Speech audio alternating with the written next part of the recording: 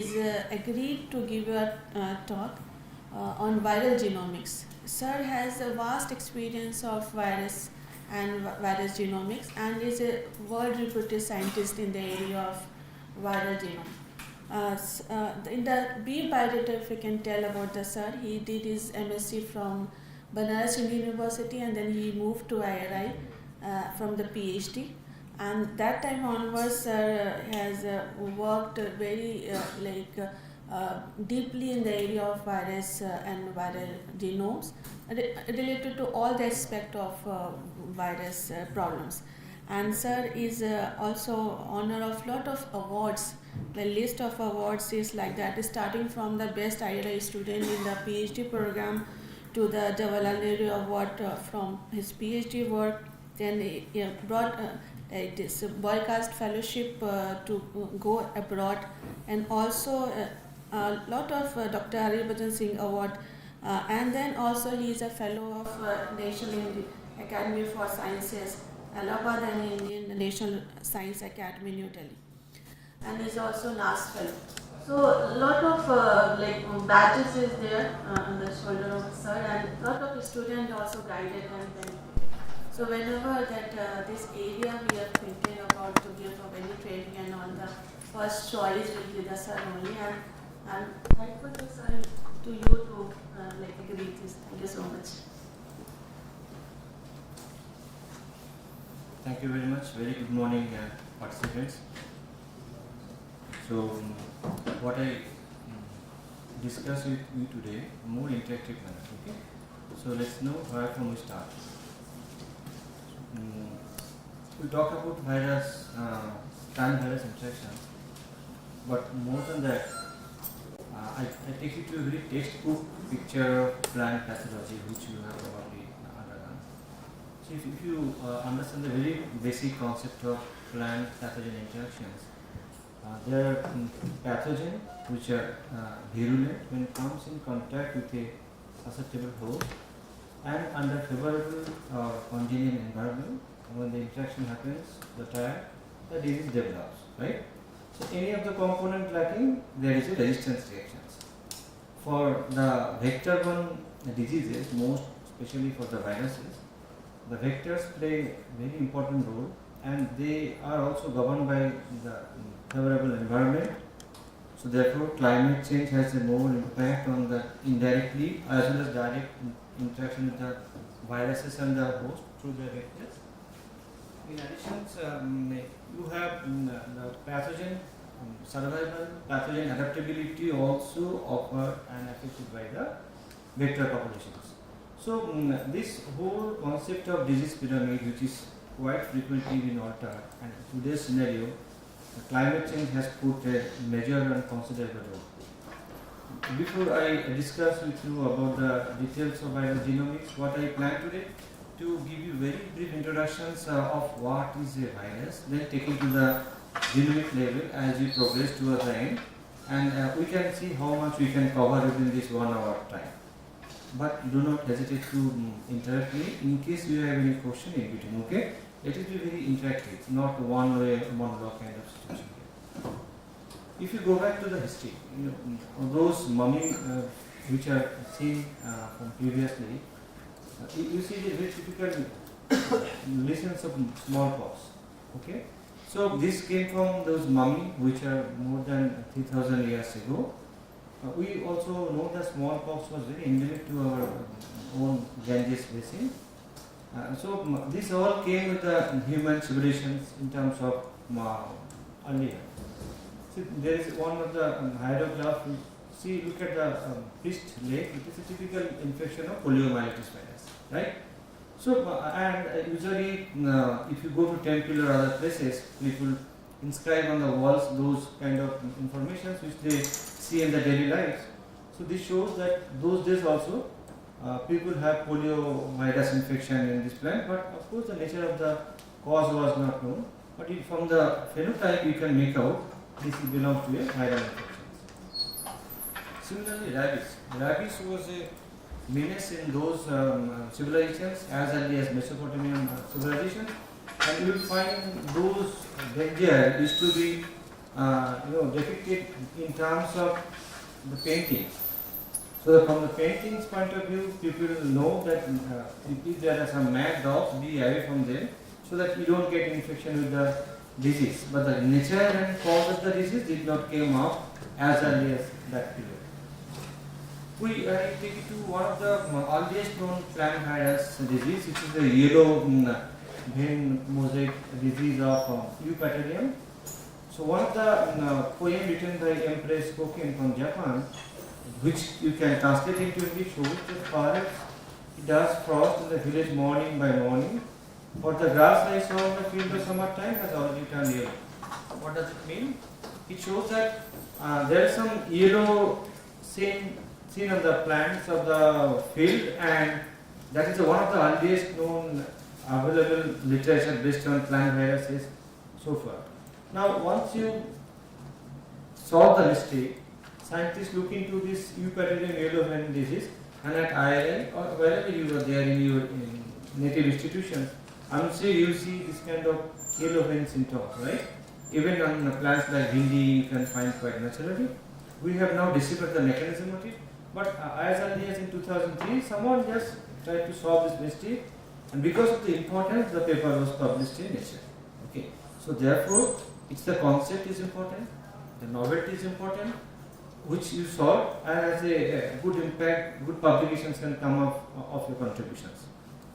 Another very important disease which changed the history of plant virus infection is tulip mosaic disease. So you can see tulip usually are monochromatic. If you see in different places, and Netherlands is a place where you have tulip cultivations maximum. In our country, Kashmir also you have some tulip cultivations. But those days, this beautiful mosaic symptom which came, which called in terms of petal breaking, came with a red and white or yellow kind of symptoms, and it was so popular that for trading one tulip bulb, one has to sell out plenty. It is more like a having a prestige in the society if you have a big car like maybe limousine or other kind of car, right?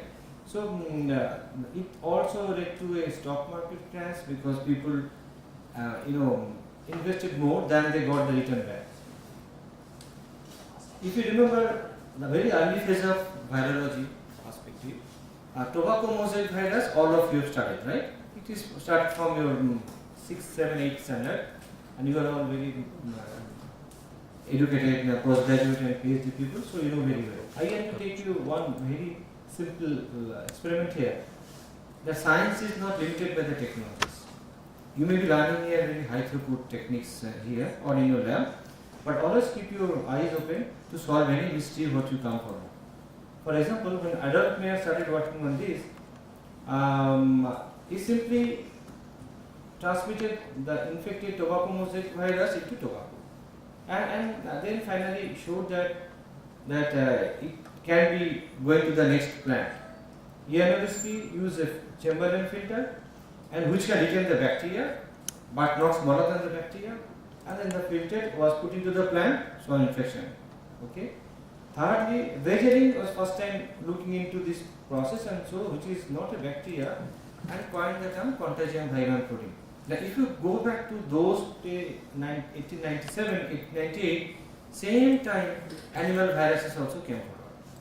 So the science in parallel to animal, plant or microbes went parallel. So the animal viruses also came at the same time. Rouse sarcoma virus, subsequently yellow fever viruses came. So the knowledge generates are very high in amount, and it goes parallel because it's all mostly the technology driven or in terms of also the knowledge driven.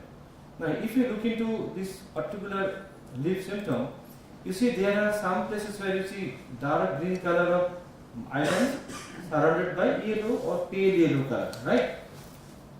This is exactly the bottom line of virus and plant infections. In this green area, more amount of RNAi is active, which is governed by primarily RNA dependent RNA polymerase 6. Okay, so this RNAi is active. RNA is like a guard. It's a guard which is standing outside the door, doesn't allow anyone other than those having a badge, right? So and the job of the other people, the bad element is to sneak through the gap. So this defense continues and continues in terms of the titer. So there is a threshold. If the good response from the host is more, it can block the viral infections. If the viruses are more in number and the titer is quite high, then they can also bypass all antiviral responses. Subsequently, people look into the details of the chemical nature of the virus. Standing crystallized TMV, if you happen to visit UC Berkeley, you will find standing on there. And first time showed that it follows the laws of chemistry and it is made up of protein, got Nobel Prize. Very soon after, Borden-Perry crystallized again tomato persistent virus, but they have shown this is made up of not only protein but also nucleic acid. So they discovered and they first time proven, this is one of the contributions of plant virology, understanding the basic constituents of the viruses. So they showed that okay, this is a nucleoprotein nature and also awarded Nobel Prize. Long back 1940s, people started into the nature.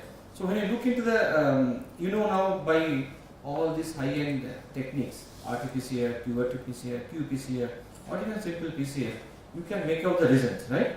Those days, it was very difficult. So it is really one of the early electron microscopic field of tuberculosis virus, where you see some TMB, rod-shaped TMB, and substantially people also look into different structures, and major contribution came from Watson Crick, who talked about how TMB is arranged in a helical format.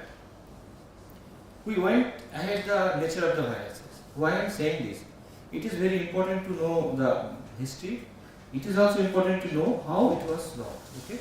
Unless you know the mystery solving mechanisms, it will be more like a monologue. So you have to understand in the context of how you can start. You may end up with a new virus at your locality, how to go to the genome level and characterize the functions. That's what I try to be brief today with today's interactions. So subsequently, density gradient centrifugation came up, and you know now, based on density, all the organelles can be also separated. So you can find that viruses also can be going with the smaller or lesser organelles which are smaller in size. So all of them given a tool for us to identify the viruses, to understand their genetic component in nature. People look into making a hybrid virus. What does it mean? Say for example, this hybrid virus, this is one type of TMB, this is other type of TMB which can cause a kind of HR, a kind of localized necrosis in plant. Okay. So this one, once the code protein is removed, the RNA replicates and it can replicate to the native protein, right? Now when you mix the combination of both as a hybrid, the TMB RNA you can complete with the other code protein of the HR. If you put into the plant, because the code protein can be identified by the plant proteins, there will be some reactions on the leaf itself.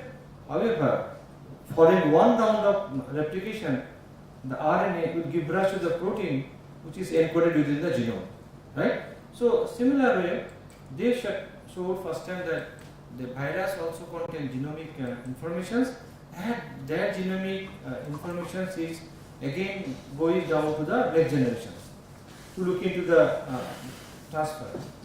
You know about the viruses. They come in different types of shapes and sizes, but primarily they are circular or isometric, or I think, or rather you can say more scientifically, icosahedral. Icosahedral comes in a small size, in a bigger size. So we call the term triangulation. That's done by Casper and Clark, and depends on the triangulation number, the size can vary. For example, you have a small, the smallest one we know as tobacco necrosis virus, satellite virus, which is hardly 15 to 19 nanometer. You have a larger one, is a cauliflower mosaic virus, right? So that was a very interesting part, and through X-ray diffraction of virus crystals, now you know the very basic understanding of their morphology and through which the virus uncoating takes place. These are all give you some better understanding. Subsequently, satellite viruses were discovered and also satellite RNA. Some of them have a role in understanding the basic biology of the disease, and some of them has a role also to understand how the satellite virus and satellite RNA dependent infection process to occur in case of plant virus interaction process. Initially, we know that tuberculosis virus is a single genomic RNA, which we will talk little discuss in detail. But tuberculosis virus has a divided genome. Divided genome means two components. So we bring monopartite. Mono means single, where a single genomic component is alone infect the crop, plant, and disease. Is a monopartite. When you need two molecules, bipartite. Three molecules, tripartite. More than three, multipartite. Okay, and then there are satellites. Satellites sometimes aggravate the infection process, which I have seen here. Satellite can be RNA. Satellite can be DNA also. But as a common fact, if a factor depends on the other for the replications and subsequent infection process, the helper virus may compromise in the infectivity patterns. It also varies. It is all evolutionary process. As I have shown you in the beginning, viruses are not new. It came along with the host, and we believe that this is the co-evolution is the process by which virus evolution took place. And you all have witnessed the COVID situation, right? And from the alpha, beta, delta, omicron, all states have come to us. So it is a continuous process of evolutions. Viruses, like a living organism, will try to parasitize the cell, cause disease and survive. And similarly, host will try to put some amount of response so that the virus infection stay under control. Similar for plants, similar for animals also. So another important component came in context of the viroid. So which are, unlike viruses, are naked RNA, very small in size. It was one of the first plant viruses which were sequenced by Sanger in 78. But one, they have a very interesting, they contain, about ribozymes, right? RNA catalytic activity. RNA catalytic activity is very efficiently displayed by viroids. And these viroids can form different kind of structures because of their self-complementary regions. This is one of the important slides for all of us to know, because unless you know the biology of a pathogen, unless you know the basic host-virus interaction, it is not possible for us to develop any kind of control options. You learn from the COVID, right? So we develop vaccines using the surface antigen or full viruses by covaccines. The reason is that it will generate some amount of immune response. Okay, and by cellular immunity it can be as adaptive or it can be humoral immunity, right? So in a plant perspective, the first person, Roger Beachy, wanted to develop transgenic plants. You look at this particular tomato plant, which is expressing a protein gene for tuberculosis virus, and it was challenged with the tuberculosis virus. It does not show any symptom of infection. Okay, while the other one, you see lot of symptoms because it's non-transgenic. The mechanism was very simple. The tuberculosis virus uncoating takes place the moment infection begins within a couple of minutes, and it takes completely 45 minutes to uncoat the ICU. The viruses are made up of nucleic acid and the coat protein, right? The nucleic acid is the replicative part. The coat protein has to be removed. So the very first stage of infection process, the virus needs to ensure that the protein is stripped off from the nucleic acid. Nucleic acid is naked and can replicate and faithfully duplicate one to next generation, right? So if you can block the uncoating process, you win the battle. The same concept came for the human virus vaccination also. So one option is transgenic. You can develop transgenic process and can of course give rise to generation of plants which can block the infection of the viruses. But not all the viruses follow the same way of uncoating, so therefore it will be virus specific. And there the role of young people like comes to understand the basic biology using the genomic approaches which are very commonly being utilized and which you are learning also as a part of this training. So the last green point is very important. Once this was shown in way back 85, people started making towards development of transgenic plants and overexpression. And if you know about the genesis of post-transcription gene silencing and RNA interference, it all started with petunia, where people wanted to overexpress the medicago transcasualita chalcone synthase gene, and then found that subsequent generation the petunia color of anthocyanin pigmentation is getting degraded, and this is mostly because of the PTGs. So this is an offshoot. It gave a lot of opportunity to learn further. Now, to show you some of the important symptoms, there are plenty. I'm sure you have seen in your places from where you are coming. You see mosaic symptoms. I explained you the mosaic fundamental mechanisms, the role of RNA dependent RNA polymerase 6. It's very important. Okay. So there are several. RNA is a several topic altogether to discuss. So there are several RNA dependent RNA polymerase in a plant. We know so far 6 RDRPs are present. 6 is very important for a defense in the TMD perspective. But the primary antiviral responder is RNA dependent RNA polymerase 1. So some of the work we are doing in the lab, some of the work is already available on the literature. You see, they display different type of symptoms. These symptoms are in offshoot. I mean, when COVID infected us, it was not the virus will and whims that it will cause some kind of breathlessness. Because the infection sites are such that we follow some kind of breathlessness, the body develops some amount of fever and etc. So therefore, the viral proteins and their promiscuous infections with the host proteins, number 1. Viral protein can also alter the microRNA biogenesis, number 2. And viral protein also can block the different developmental pathway by their interactions with the proteins. By what this theo is, a plant can show infection, second the viral infection. Okay? So therefore, viruses are very common targets to develop such processes. So if you look into broadly the viruses which infect plant, there are DNA and RNA viruses which are present, primarily RNA viruses which are overruled the plants. And if you go back any old literature, anything beyond 1968, you will show that plant viruses are RNA viruses. Because in 1960, the first time polyflower mosaic virus was discovered and identified as the first double-stranded DNA virus. Similarly, prior to retroviruses, we had information about only DNA viruses which infect in case of animal system. So you have a DNA which can be double-stranded DNA or it could be single-stranded DNA. Double-stranded DNA could be also based on reverse transcriptase based. We can understand that in a couple of slides later. I will discuss with you. There could be RNA viruses, double-stranded RNA, single-stranded RNA of sense polarity, or single-stranded RNA of antisense polarity. Similarly, you may have single-stranded RNA with a reverse transcriptase.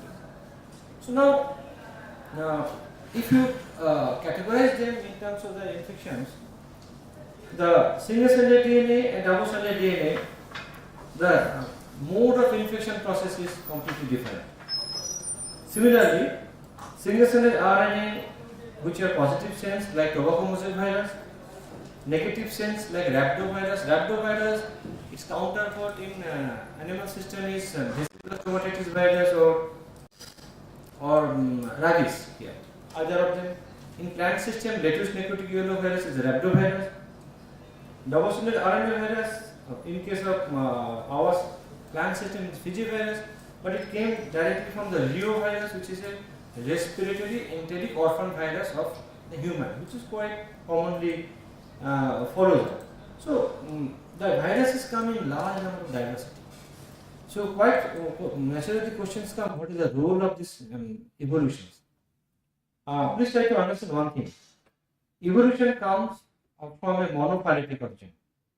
Viruses from tobacco mosaic virus must have originated from a single branch, not from the virus which is from the antisense origin. Okay? If you look at the genomic constituents of RNA viruses of plant and animal, they have almost similar kind of structure, except one protein, which is a movement protein, because two plant cells are connected by plasmodesmata, right? Unlike animal cells. To avoid that plasmodesmata mediated blockage, viruses must ensure their faithful movement to the next cell. So that way, viruses have evolved in a greater sense.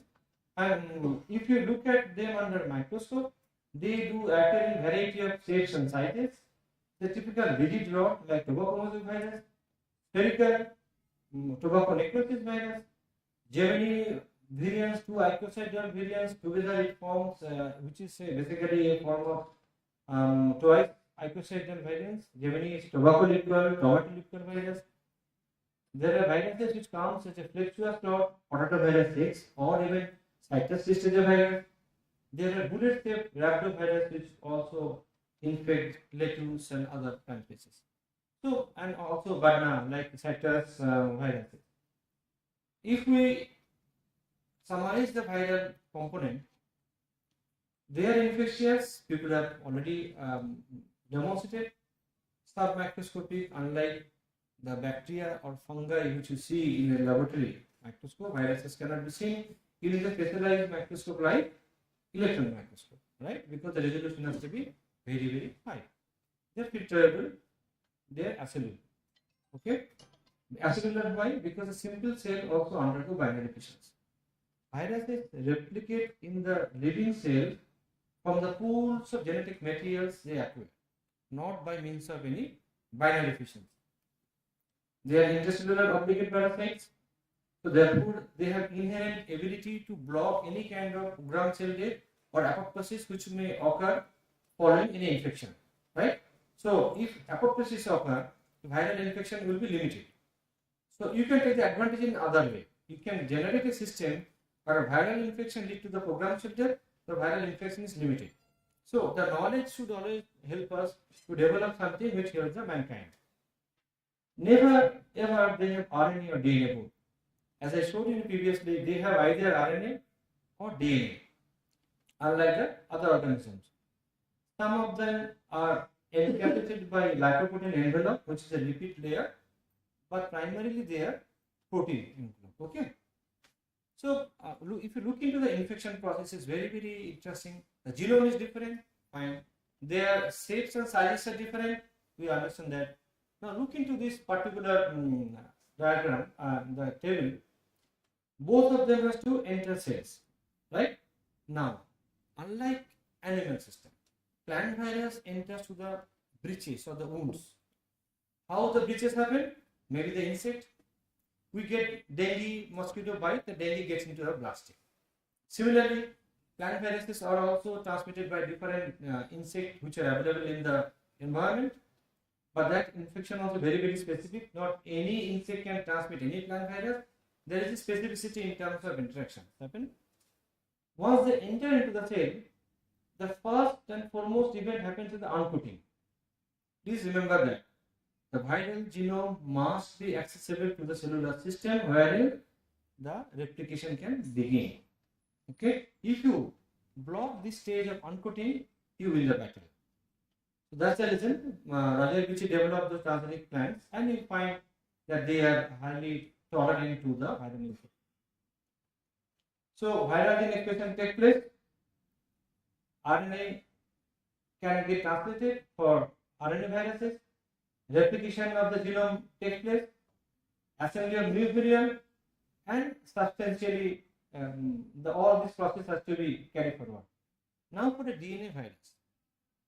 Because DNA cannot go for de novo synthesis, it has to travel to the nucleus and it has to transcribe to RNA, which RNA can form a translation competent mRNA, right? So, viral gene expression, the transcription must precede replication. This is very, very important for DNA viruses. For a negative sense RNA virus, the RNA has to copy to plasmid where they can find the AUG, the start codon, and the protein can generate. So broadly, one of the important components for us to understand is that DNA viruses and negative sense RNA viruses must have a early gene expression by which they can generate a transcription competent mRNA, and that mRNA can give rise to proteins, and this protein has a role in replication. The protein has a role in assembly into new variants, suppression of host defense, short long distance spread, and transmission to new host. Remember, like in the phase when COVID infection takes place, our body also could clear some amount of infection. No pathogen is welcome to the host. Similarly, viruses are also not welcome to the host. So we try to augment the defense by different mechanisms. So if you go back 1970, I mean, back-to-back issues of Nature came. Baltimore contribution is he discovered reverse transcriptase, right? Along with Tremid, right? So Baltimore was working on a virus, negative sense RNA virus, which is known as vesicular stomatitis virus. Now, if you look into the system, when there is a RNA which can be directly identified by ribosome, recognized by ribosome, and the protein generate, that RNA can form proteins and that protein can cause disease, right? But if the RNA is a complementary sense, the protein cannot form. So the Baltimore was working on vesicular stomatitis virus, negative sense RNA virus. He was trying to put the RNA into the cell lines and never got the particle or the infectious any kind of symptom. So he then purified separately the RNA along with the nucleic acid and found when you put together, then they cause disease. Now, looking into this whole viromix, you can say, the number of viruses we have, total 7 groups he has generated. The 7 groups generated in the mode of the protein. Viruses may have some amount of different regulatory enzymes which can help in the replication, transcription, but they do not have any apparatus for protein translation. So that is the one line of thing, they become obligate parasite. So based on the way mRNA generates in a cell after virus infections, Baltimore developed the 7 group of classification. To summarize that part, if I look into the H stands from the host derived and V stands from the viral derived. Okay, so let's say for single-stranded RNA virus, retrovirus, which is HIV, one of such example, they get converted into the double-stranded DNA by the viral encoded reverse transcriptase, and then double-stranded DNA has to be transcribed by host RNA polymerase 2 and then give rise to mRNA. This mRNA can generate protein. One strategy, right? Second is single-stranded DNA virus. Can anyone please name any single-stranded DNA virus you have come across in your Gemini virus? Fine. More classical, IX174 M13. Single-stranded DNA virus, they do not have any de novo mechanism of DNA synthesis. So they have to go to the nucleus, and in the nucleus, single-stranded DNA must form double-stranded DNA by the host encoded proteins, enzymes. Then this double-stranded DNA, again the RNA called 2 forms the mRNA. Second mechanism. Double-stranded DNA virus itself can be used by RNA called 2 and can generate mRNA. For single-stranded RNA virus, which are of polarity sense, where AUG can be directly identified by the ribosome, itself can act as a competent mRNA and give rise to mRNA otherwise. A negative sense RNA virus, where it is a complementary strand, it goes one round of transcription by the viral encoded polymerase, which is known as transcriptase. So this viral encoded polymerase transcriptase gives rise to this mRNA, and similarly double-stranded DNA viruses also. So the basic battleground is how do they generate translation competent mRNA. So in a more detailed way, we can summarize. This is from Flynn's book, and if you want to study a little bit of virology, get a good knowledge about it, there is a very nice book of animal system which calls the Principles of Virology by Flynn. then of course plant viruses follow the similar. Viruses are not very different, except plant viruses must encode a protein which is movement protein to go to the next cell, and they also by default encode another protein called suppressor of silencing. So there are different groups of viruses which have been identified. I want to tell you one thing: not all RNA can be replicated, not all RNA can be translated. So viral encoded proteins have some enzymes or some specific proteins they encode which identify the specific structures. So like viral encode RNA dependent RNA polymerases, they do not copy the host cellular RDRPs. Similarly, cellular RDRPs do not copy the viral RDRPs. So these are all governed by the signals, we call them cis-acting regulatory element. Okay. So some structures, like give a signal like this, the viral protein can bind and start doing the translation or the replication. The bottom line is that whenever there is a plasmid RNA virus present, which is, let's say this is the full length complement, it can give rise to replication or for plasmid RNA component. The advantage is that any genomic component, let's say we start with this. This is a -10 RNA virus. -10 RNA virus this is the genomic RNA. Okay, the genomic RNA, to make protein, it has to convert into a translation competent mRNA, where we have a 5' M7 GPP cap. You know that GPP cap has the ability to bind to the AI4E complex, and also 3' poly-A10. One option. Second option is that it can be replicated end-to-end faithful duplication. So give rise to minus to plus. But this plasmid RNA cannot be translated because it lacks the modifications which happen in the 5' or 3'. Okay. So these are very tightly regulated in the cellular system, which determines. I don't want to complicate further all these issues. We can discuss during the question and answer session if you have something. But I just want to highlight one thing, that the RNA for replication and RNA for translation may be different. Okay, number one. Number two, there may be a conflict of translation and replication because they go to the opposite orientation. Translation comes from 5 to 3 orientation, and replication again 3 to 5 days orientation, right? So from the RNA.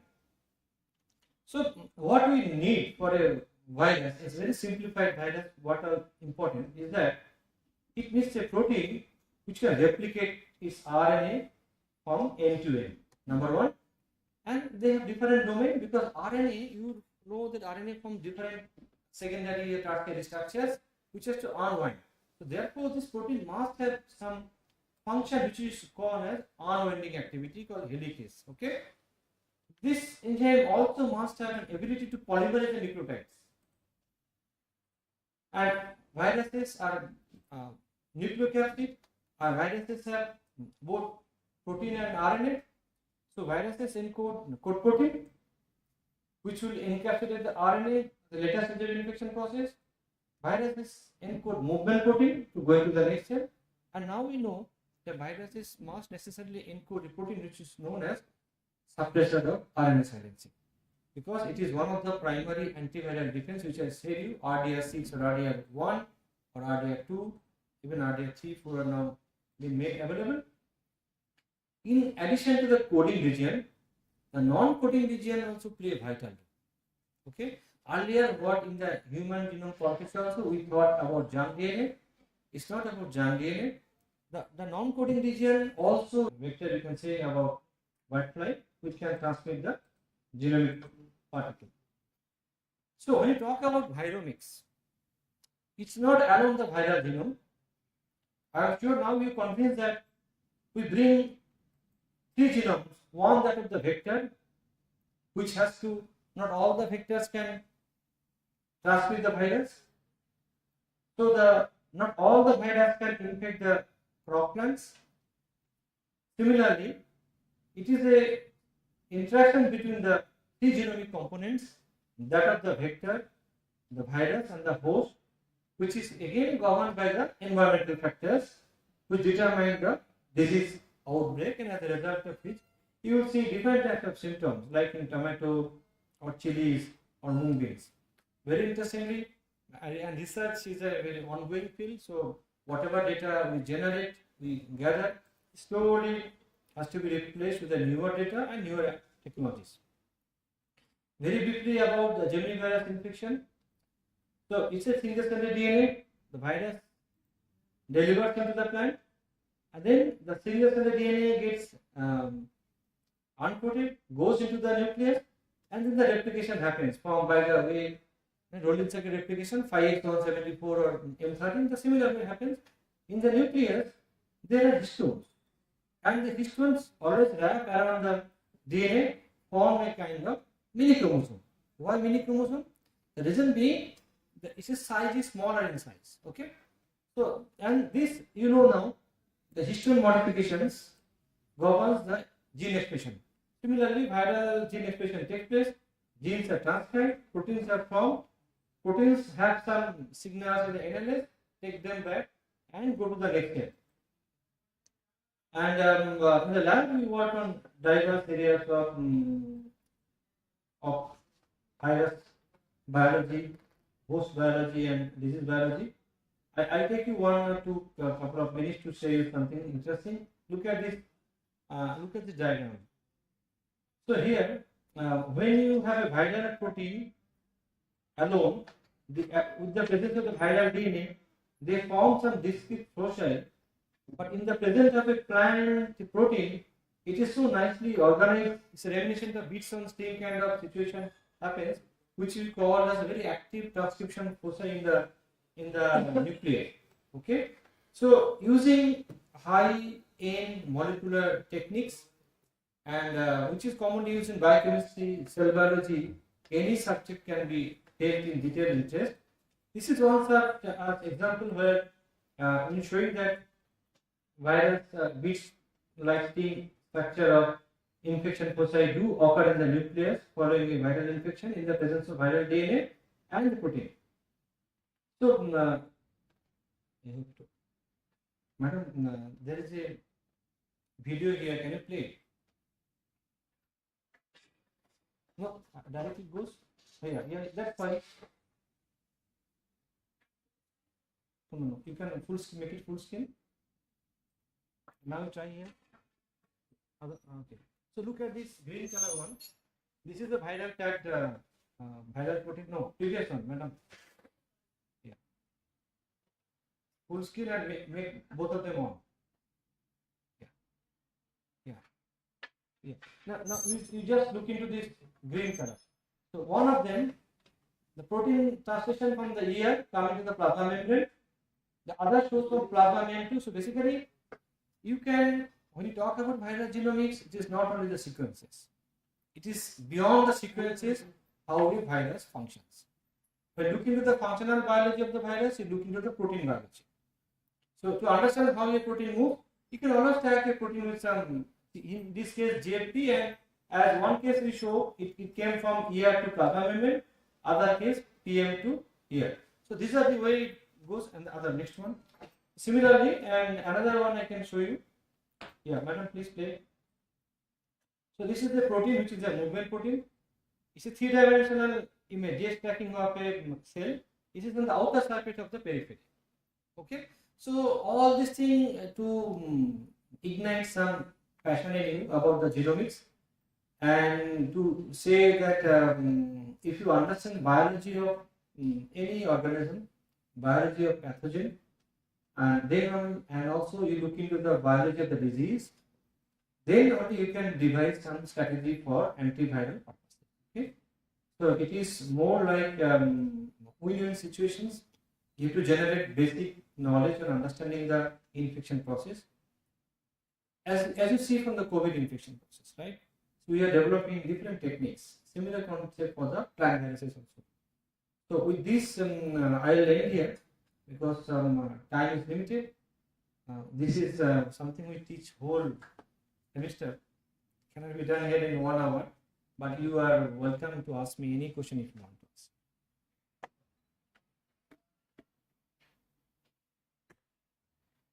Or if you want, I can ask you. and I love that. Anybody?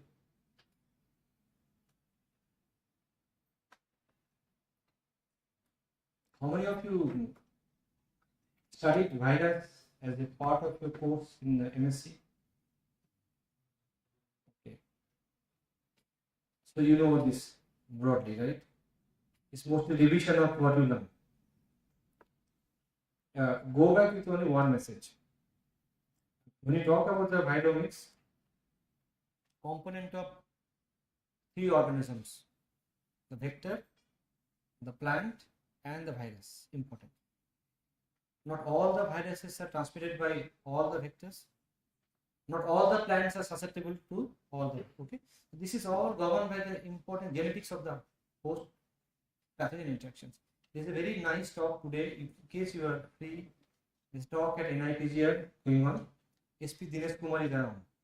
Dinesh from UC Davis, 2:30 to 3:30. Madam, if they are free and it's a bus for them, they will enjoy learning something differently. He is the person who worked on all chloroplast mediated defense in plant. You know about tobacco mosaic virus and NG? Anybody who heard about this? In which aspect? Theory, yeah. So that's the person is around here today. So it's very nice what they do it. So anyway, so basic concept is one part. Second is you have to understand the fundamental fight between the virus and host continues.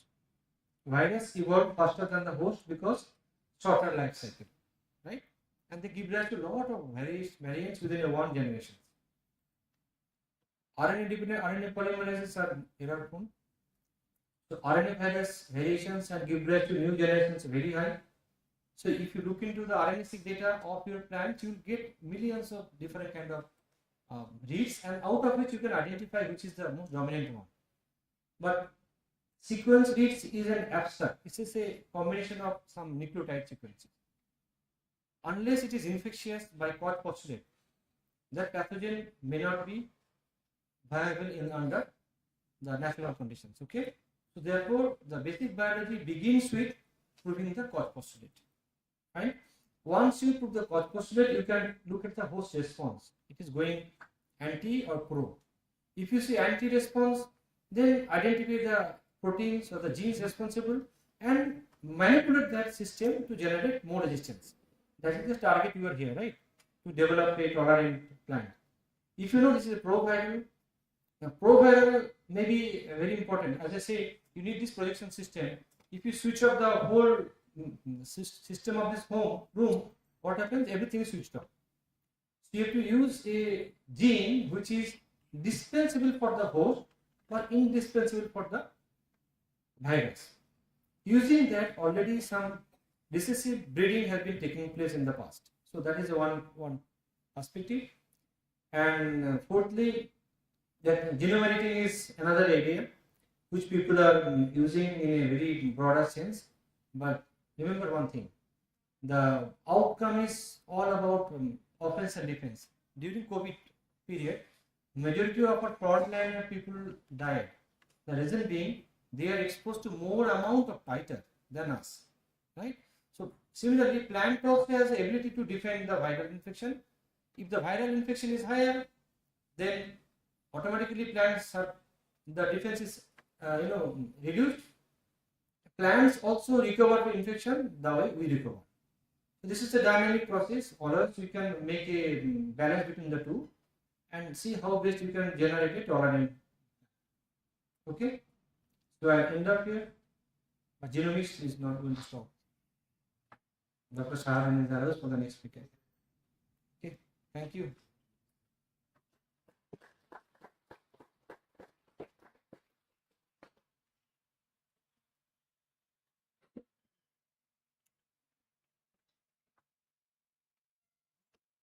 Thank you so much, sir. I think you people have benefited with this lecture. Sir is there for the tea time, so if you have any query in person, you can discuss with us, sir. Now I request Dr. Ahmed Saharan to felicitate Dr. Supriya Chakrabarti. Sir, please come.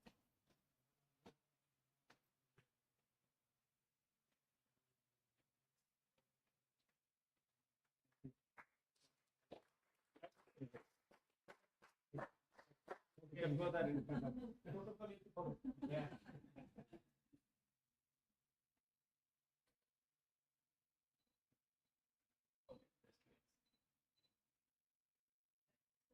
Excellent. Thank you. Excellent. Go back, please.